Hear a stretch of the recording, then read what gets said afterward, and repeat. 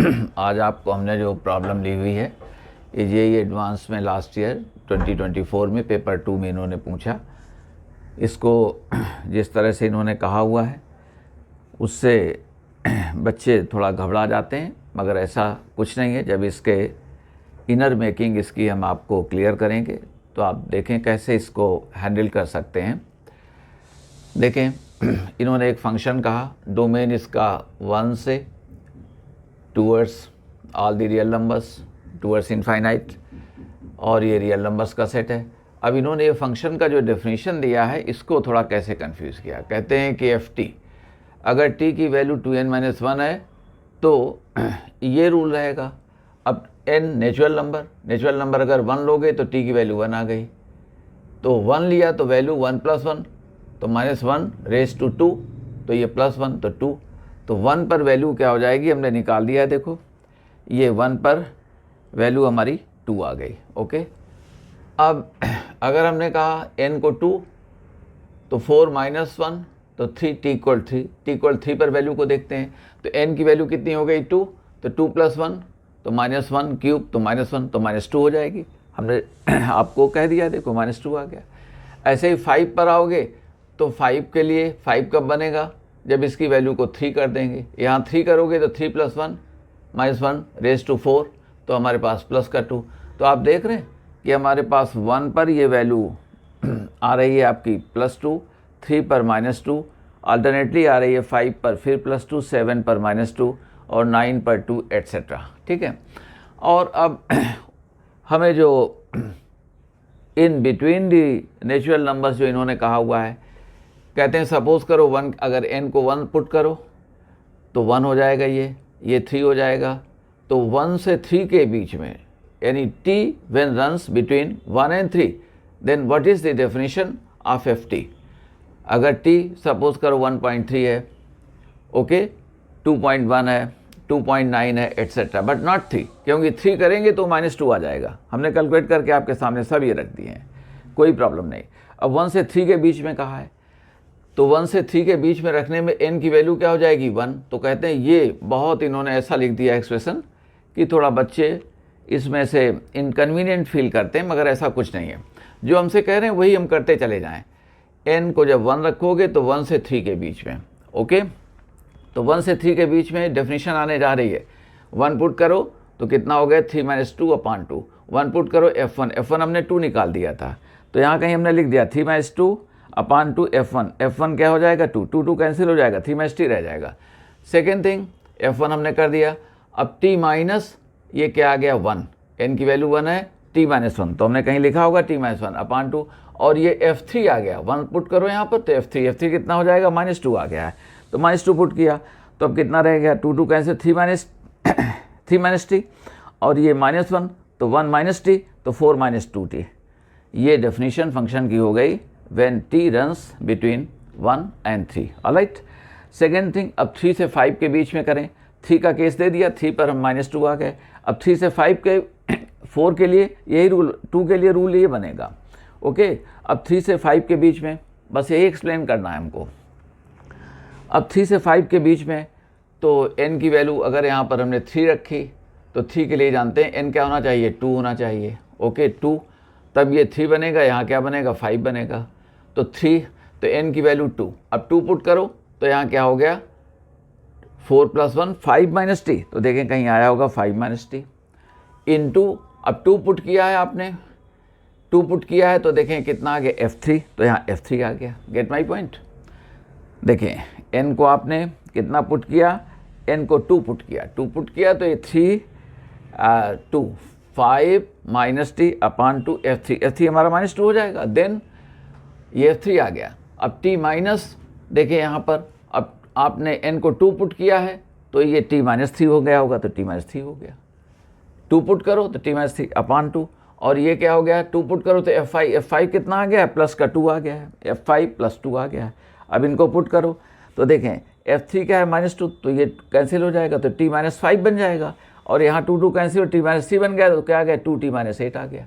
Alright, तो हम समझते हैं। अब इसको आप समझ गए। अब हम नेक्स्ट फंक्शन को लिखने जा रहे हैं, और इस तरह से कि यहाँ हमने कहा कि देयरफॉर, अब जनरलाइज कर दे रहे हैं, एफ टी को आप डिफाइन कर रहे हैं, तो एफ टी हमारे पास में ये है 2 जब t की वैल्यू 1 है, और ये है 4 माइनस 2t जब 1 less than t less than 3, और ये है -2 जब t की वैल्यू कितनी आ गई 3, और सेकेंड हमने निकाला है, हमने कह दिया यहाँ पर 2t minus 8 when 3 less than t less than 5। देख लें, फिर से यहाँ लिखा हुआ है।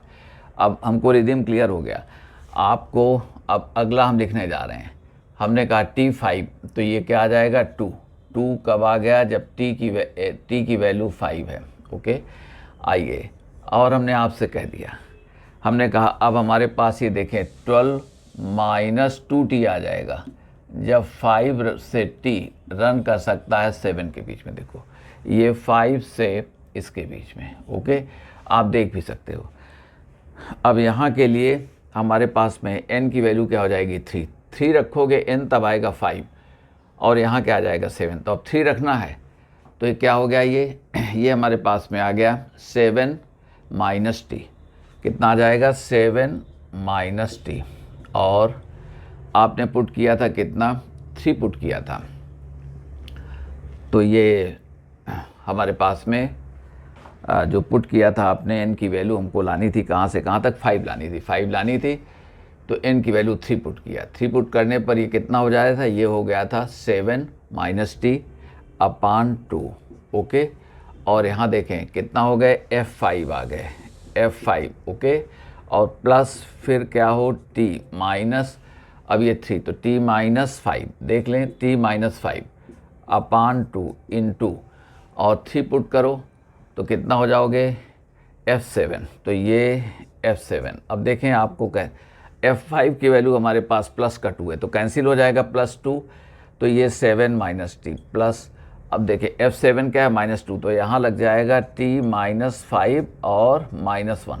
ओके, ये -2 है, हमने आपको ये कहा हुआ था, पहले निकाल चुके हैं हम F7। देखो ये 2 फिर -2 2 फिर -2, अब देखें कितना आ जाएंगे, ये आ जाएंगे -2t और +12 आ गए, वही हमने लिख दिया 12 माइनस 2t, माइनस से प्लस हो गया। ओके, तो अब कोई प्रॉब्लम आपको नहीं होनी चाहिए इसके लिखने में। अब सेकेंड थिंग हम जो आ रहे हैं, आपने जैसा कि कहा यहाँ पर हमने कह दिया -2 जब t की वैल्यू क्या है 7 है, और हमको 8 तक इन्होंने कहा है कि चलना है। ठीक है, तो इसके लिखने में ही हमें थोड़ा टाइम जा रहा है। ये हमने कहा कि 2t, अब 2t माइनस 16 आ जाएगा, और जब 7 less than t less than 9। Alright, ठीक है, यही बच्चे सोचते हैं कि ये क्या है। ठीक है, तो ऐसा कुछ नहीं है, that you can not handle, थोड़ी सी पेशेंस की ज़रूरत रहती है।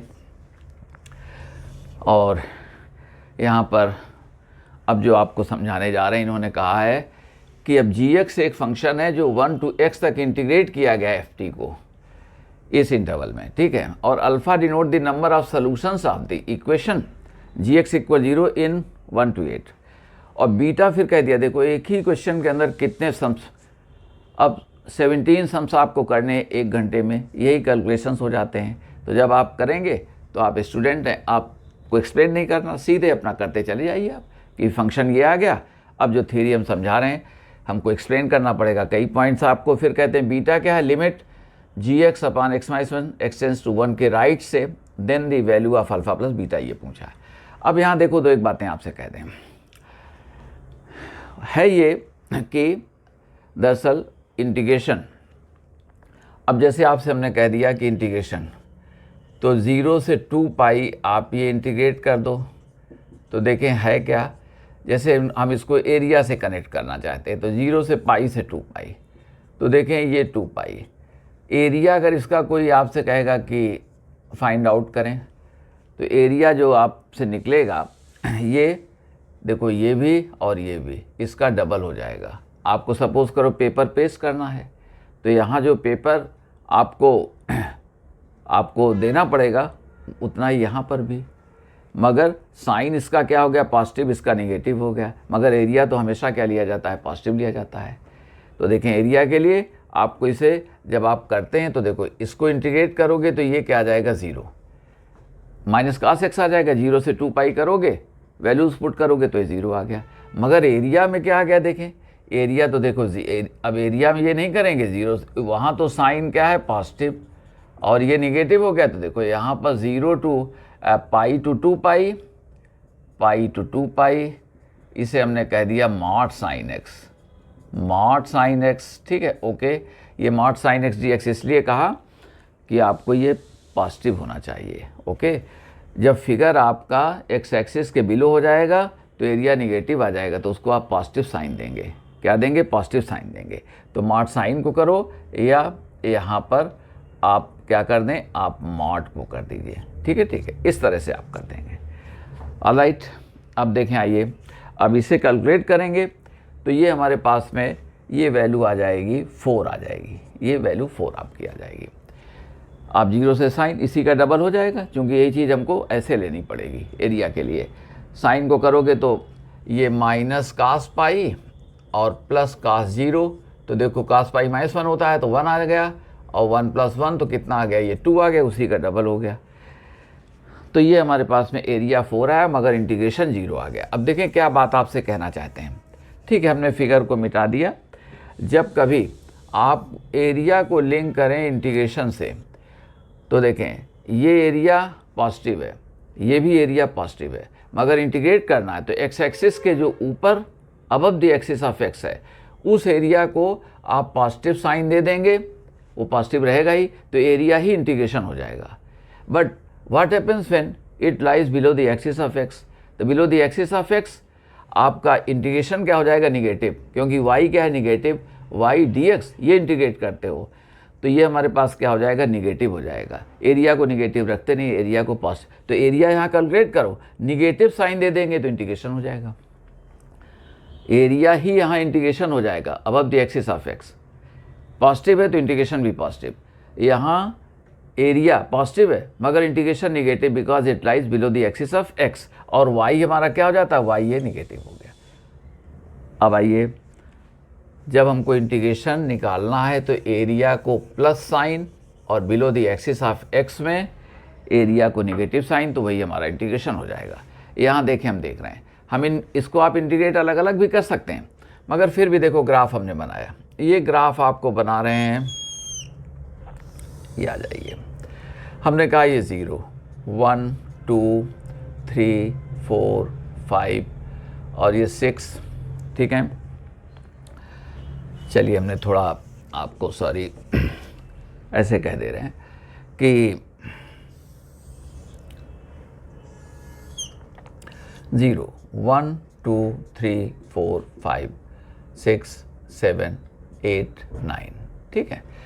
देखें, अब जो हमारे पास में ये 1, ठीक है, तो 1 पर कितना आपने बताया था हमें 2, तो वैल्यू 1 और 2, तो ये 2 देखो, ये पॉइंट आ गया 2। और कहते हैं 1 के राइट में 4 - 2t, तो t जब 2 आएगा तो 0 हो जाएगा। तो ये हमारे पास यहाँ देखो, तो ये ग्राफ आया, ये स्ट्रेट लाइन आ रही है, ये 1 है, ये हमारे पास 3 है। अब ये आ जाइए, और यहाँ -1 और ये -2, तो देखें ये इतना आ गया।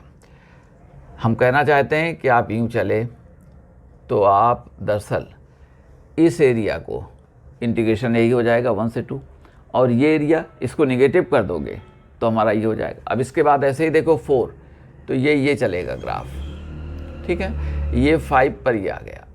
इसके बाद 6 और ये 2 तक जाएंगे, 2, ये 2 लिखा हुआ है एवरीबडी। और फिर हमने कहा कि ये 6 पर आप क्या आ गए, ये हमारा 7 पर -2 आप हैं तो ये आ गए, ये 7 पर -2, देख लें इसको। और फिर 8 पर क्या हो जाओगे, 0, 8 पर 0, 9 पर फिर से आप 2 हो जाएंगे, ये 9 है वैल्यू, 9 पर आप 2 आ गए, कोई डाउट नहीं। आइए, अब आपको कहना चाहते हैं कि देखें, हमने कहा कि ये एरिया हमारा पॉजिटिव था और ये एरिया क्या था, ये निगेटिव था। दोनों का सम करोगे, ये विड्थ क्या है 1, ये क्या है 2, तो एरिया कितना हो गया 1/2 इंटू 2 इंटू 1, तो ये क्या आ गया 1। अब इंटीग्रेशन यहाँ से ये 2 तक 1 आ जाएगा, इधर देखो कितना आ जाएगा -1। तो अब इसको ऐड करें तो 1 - 1 क्या हो गया 0।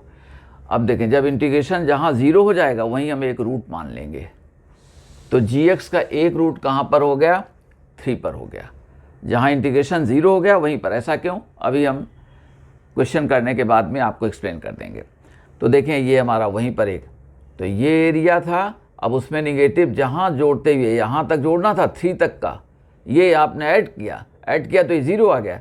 तो रूट हमारा कितना हो गया, gx का एक रूट कितना हो जाएगा, इंटीग्रेशन है भाई, gx = 0 ये करना था, तो एक रूट हमारा कहाँ पर आ गया, 3 पर। अब देखें आइए, ये हमारे पास में आप 4 थे, 5, अब फिर से एरिया देखो चलें, ये एरिया है हुआ तो ये एरिया आ गया, ये पॉजिटिव, ठीक है। और ये 4 पर आप थे 0, 5 नहीं, ये प्रॉब्लम थोड़ी सी हम इसकी स्केचिंग ठीक नहीं किया हमने। 3 पर -2 आ गया, 4 पर ये आ गया, और 5 पर आपका 2, ठीक है। और हाँ ठीक है, कोई बात नहीं। ओ ये यहाँ पर ये छूट गया हमारा, इसको देखें, इसको 3 से 4 के बीच में ये देखें, हम सही हैं, ठीक है, ऑल राइट।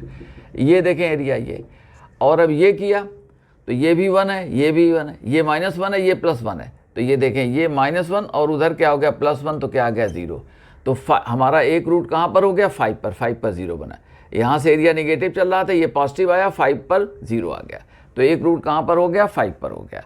इसके बाद में इधर देखें, फिर आप शुरू हैं, ये इस तरह से आया पॉजिटिव। अब आप देखो निगेटिव होने लगे, मगर 0 कहाँ हुए, जब 7 पर पहुँच गए तो 0 हो गए। +1 -1, तो फिर से हमारे पास कितना आ गया, यानी +1 - 1 क्या आ गया 0। तो 7 पर एक रूट हो गया, ओके। और हमको 8 पर वो दरअसल यहाँ इसी का केवल 0 है, तो हमने कहा 7 पर ये रूट होगा। अब ये एरिया 8 पर क्या हो गया, 8 पर एरिया ये हो गया है, और जिसको हमने यूँ कह दिया है, तो ये एरिया हमारे पास में वो 0 नहीं हुआ, क्योंकि एरिया वो निगेटिव, इंटीग्रेशन क्या है, वो निगेटिव है। तो निगेटिव को आप बहुत ही इस तरह से कह सकते हैं कि जो निगेटिव है यहाँ पर, ठीक है, तो ये निगेटिव एरिया आ गया, तो 0 नहीं है, इसलिए हम उसको जो है वहाँ रूट नहीं कहेंगे। अब आइए 9 पर ये आ गया, हमको 8 के राइट में जाना नहीं है, और 7 से 8 के बीच में एरिया -1 है, तो 0 नहीं हुआ, तो 8 हमारा रूट नहीं बनेगा। तो हमारे रूट्स कौन कौन से बन गए, gx = 0 के जो रूट्स हैं, इसके कहते हैं, जो alpha denote the number of solutions of the equation gx। अब इसको इंटीग्रेट करो, और कितना आ गया, ये 1 to 8 पर, तो इसके सॉल्यूशंस देखें, 1 to 8 पर इसके सॉल्यूशंस कितने आ गए। तो आप लिख सकते हैं कि gx = 0 एट x = अब t की प्लेस पर क्या आ जाएगा, x आ जाएगा, एट x = 3, 5, 7। तो अल्फ़ा की वैल्यू कितने रूट्स हो गए, तो अल्फ़ा की वैल्यू हमारे पास में कितना आ गया, देयरफॉर अल्फ़ा = ये 3 आ गए। और वैसे भी देखें 1 से 3 इंटीग्रेट करोगे, अभी हम एक्सप्लेन कर देंगे, रुक जाइए। तो 3, 5, 7 कैसे आ गए, हमने इस तरह से कर दिया ग्राफिकली। कभी कॉम्प्लिकेटेड इंटीग्रेशन है तो ग्राफ से कर दो, ये पॉजिटिव रहेगा इंटीग्रेशन, यहाँ निगेटिव, दोनों को ऐड किया तो यहाँ 3 पर आकर के 0 हो गए। 3 तक जैसे ही एरिया पहुँचा आपका, ये 0, 3 एक रूट हो गया। इधर देखें 5 एक रूट हो गया, ये निगेटिव ये पॉजिटिव, 5 मिलाकर, अब ये और ये मिला 7 हो गया, मगर ये आपका निगेटिव रहा, ये 0 नहीं हुआ, तो 8 को हम नहीं कहेंगे, 8 के राइट पर हमको चलना नहीं है। ऑलराइट, पहले क्वेश्चन हम कर देते हैं, फिर हम आते हैं। अब इन्होंने हमसे कहा कि दरअसल बीटा क्या है, ये लिमिट है, तो पहले आपको हम इस तरह से कर देते हैं, बीटा तो लिमिट gx, तो देखें बीटा हमारे पास में लिमिट gx, तो लिमिट gx अगर अभी आपके सामने ये 0/0 का फॉर्म आ जाएगी, और हम इसे कहेंगे इस तरह से कि limit x tends to 1 + gx over x - 1, तो लिमिट s टेंस टू 0, और ये g 1 + h अपान 1 + h - 1। देखो h क्या है, पॉजिटिव, और s tends to 0, right handed limit 1 के राइट में, तो x की प्लेस पर क्या रखो, 1 + h, मगर s टेंस टू 0 राइट पर, तो अब 1 + h, 1 + h -1 और x को यहाँ रिप्लेस कर दो, s टेंस टू 0। अब देखें हमारे पास में ये क्या है, ये है limit s tends to 0, s tends to 0, तो ये g1, अब ये g1 + s क्या हो जाएगा, ये इंटीग्रेशन हो जाएगा। इंटीग्रेशन कहाँ से, 1 से, और ये gx क्या है, 1 से x तक इंटीग्रेशन, तो ये 1 से 1 + h, और ये कितना हो गया, ये ft आ गया, ये ft dt अपान कितना है h, देख लो इस बात को, अपान h। अब देखें s टेंस टू 0, तो 1 से 1 इंटीग्रेशन क्या हो जाएगा, 0। जब a टू a इंटीग्रेट करते हो तो 0 हो गया, तो 1 to 1 इंटीग्रेशन क्या हो गया, 0, और ये नीचे 0, तो 0/0 फॉर्म, ये क्या आ गया, 0/0 फॉर्म आ गया। ऑलराइट, अब 0/0 फॉर्म को हम डिफ्रेंशिएट कर दें, तो देखो कैसे डिफ्रेंशिएट करेंगे, तो डिफ्रेंशिएशन h के रिस्पेक्ट में कर देंगे।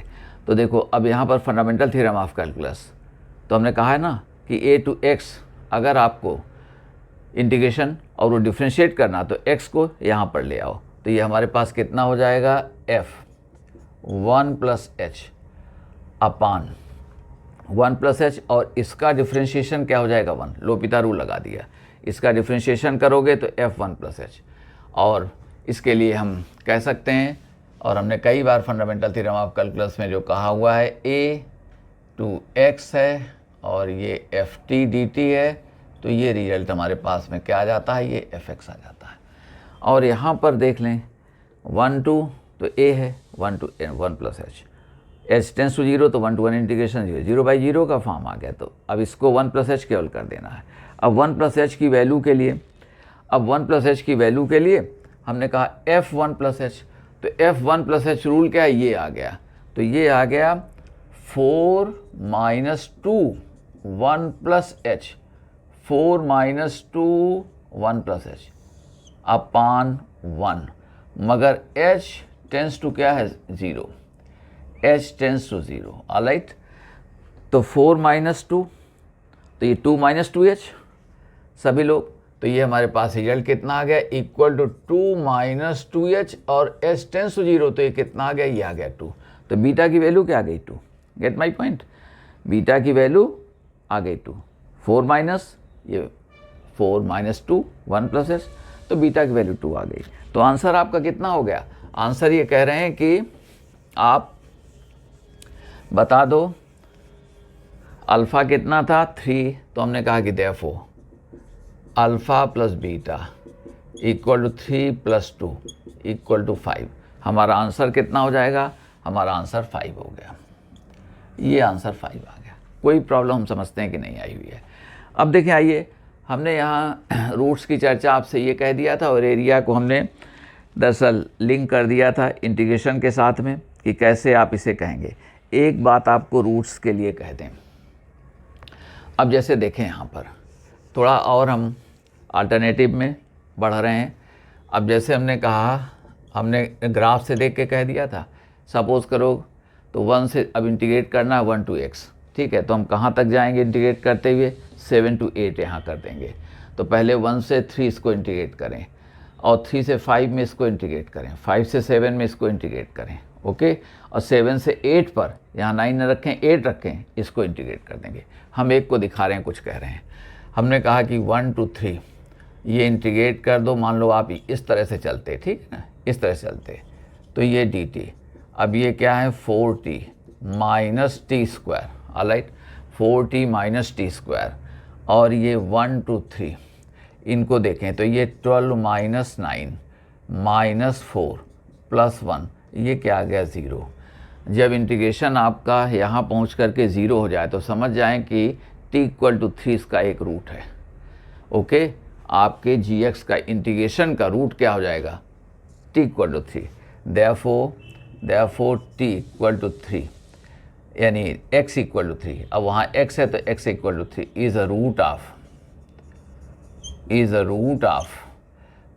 gx जो इंटीग्रेशन है, ओके। इसको इंटीग्रेट करो, 1 से 3 इंटीग्रेट करो, अगर ये 0 आ गया तो 0 आ जाने पर समझ जाएं कि यहाँ पर इसका एक रूट क्या हो गया 3। आप इसको भी इंटीग्रेट करोगे तो 5 पर ये वैल्यू क्या आ जाएगी, ये हमारे पास में एक और आपको देखो दिखा देते हैं, ठीक है। कॉन्सेप्ट है, थोड़ा डिटेल में डिस्कस कर देते हैं आपसे, ताकि आप उसको बहुत ही क्विकली एब्जॉर्व करके अप्लाई करें। अब देखें 3 to 5, मान लो हमने कहा 3 to 5, अब इसे इंटीग्रेट करो, ये कितना था 2t माइनस 8 और dt।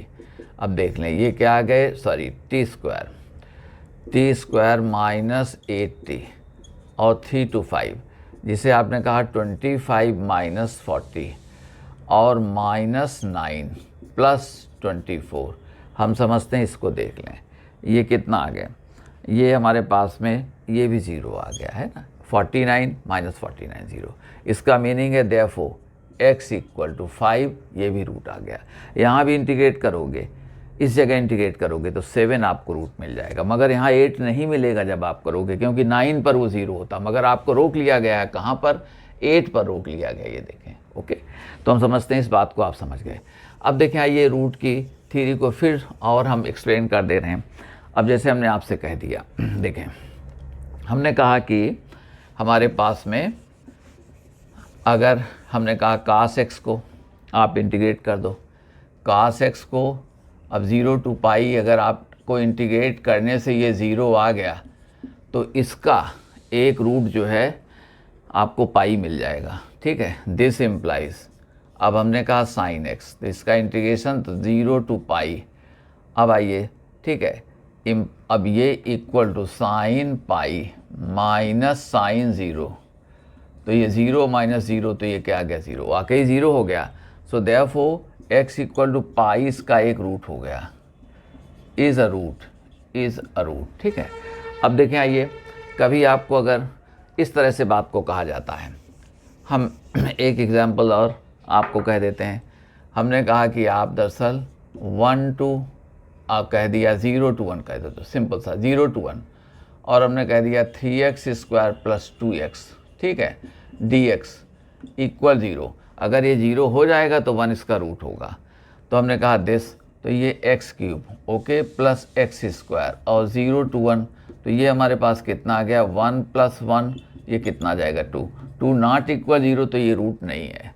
Therefore x equal to 1 is not a root of ये इंटीग्रेशन जो आपने दिया था, इसका रूट नहीं है। लेकिन अगर हम ये कहते हैं बट, अब यहाँ पर आपको हमने इस तरह से कह दिया कि बट हमने कहा दिस 0 to 1 और ये 3x square plus 2x dx minus 2 equal 0। अगर ऐसा है तो has a root x equal to 1, ठीक है। देख लें, अभी इनको हमने किया, देखें इनको करने पर क्या हो गए थे, x cube plus x square और 0 to 1 माइनस 2, ज़रा देख लें तो ये कितना आ गया, ये 1 प्लस 1 माइनस 2 इक्वल टू क्या आ गया 0। अब ये रूट हो जाएगा इसका, मगर पहले में वो 0 नहीं हो रहा था, इसलिए 1 रूट नहीं हुआ था, क्योंकि पहले जो आया था वो x cube plus x square आया था, तो 1 प्लस 1 क्या हो जा रहा था, 2 हो जा रहा था, वो 0 नहीं था, मगर यहाँ पर रूट हो जाएगा। तो जब कभी इंटीग्रेट करते हो आप और वो 0 आ जाता है तो आप अपर लिमिट को कह सकते हैं इसका ये रूट है। अब हम समझते हैं इस प्रॉब्लम को आप समझ गए होंगे। Alright, thank you.